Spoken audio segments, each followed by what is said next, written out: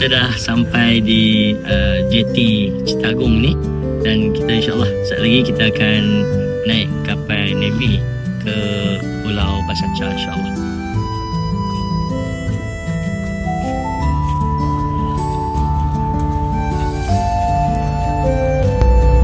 Keadaan di luar jangka agak sejuk pagi ni, insyaAllah lah. Tapi kita harap kita dapat bersama dengan para pelarian di pulau sana nanti. Perjalanan harapnya melintas laut dengan lebih baiklah, tidak ada apa-apa yang menyukarkan perjalanan.